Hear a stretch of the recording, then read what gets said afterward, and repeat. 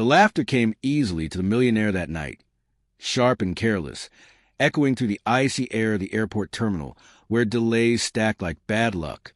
He laughed at the boys standing near the closed information desk.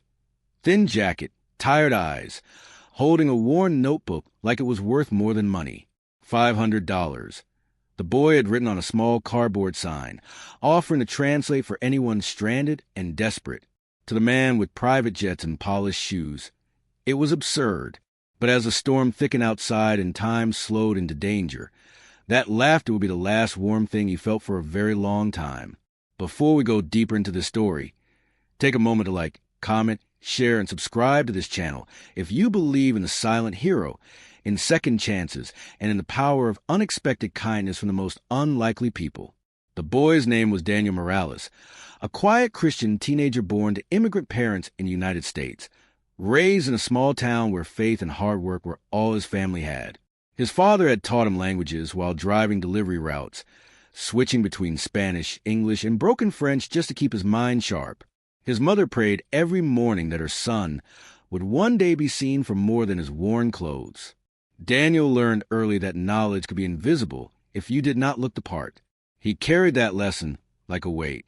That night, the winter storm had shut down flights across the region. International travelers crowded the terminal, confused, angry, frightened. Signs changed languages, announcements blurred together, and panic settled in quietly. Daniel had come to the airport to pick up his mother from a cleaning shift, but when the storm worsened, buses stopped running. He was stranded. Instead of sitting helplessly, he noticed something no one else did. Many of the travelers could not understand the emergency instructions scrolling across the screens. They were reading fear, not words. Daniel wrote his sign carefully. He did not choose the number lightly. $500 was not greed. It was rent money. It was groceries. It was hope. He knew his skills had value, even if the world rarely agreed. The millionaire was named Richard Holloway, a man whose life had been built on speed, control, and insulation from consequences. He traveled constantly, signing deals across borders, relying on assistants and systems to smooth every obstacle. Language had never been a problem for him, because money always spoke first. That night, his private flight had been grounded, forcing him into the same crowded terminal as everyone else. He was irritated, not afraid.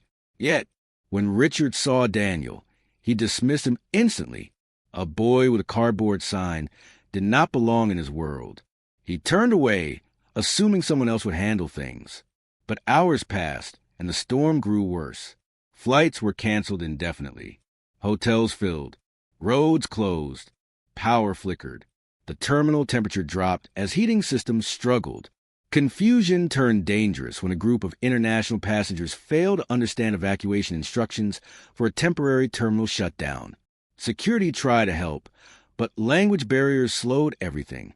Daniel moved quietly, translating notices, guiding families, calming crying children.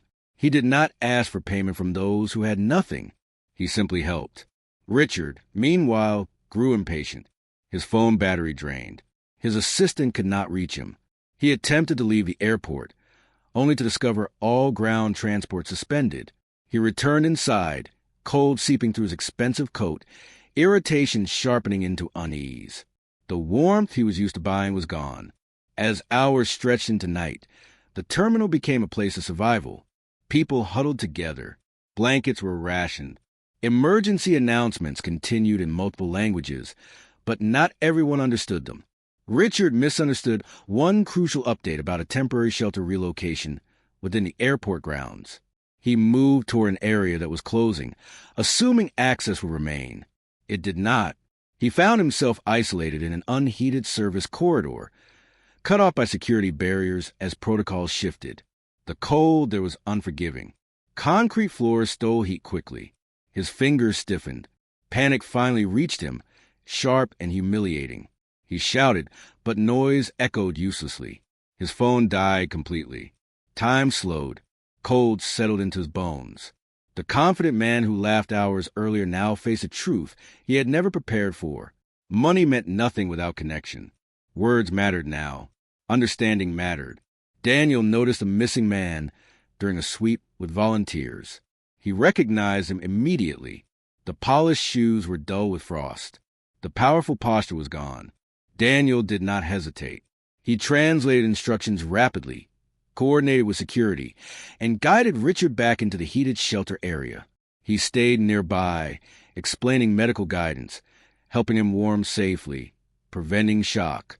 Richard survived that night not because of wealth or influence, but because a boy with a notebook understood the world in more than one language. In the days that followed, the storm became national news. Stories emerged of strangers helping strangers. One story remained private for a while. Richard sought out Daniel quietly before leaving. There was no laughter this time, only silence heavy with understanding.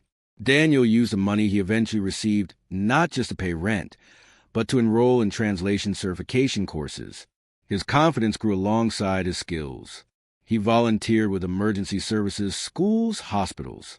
People began to see him not as a boy with a sign, but as a bridge between worlds. Richard changed too.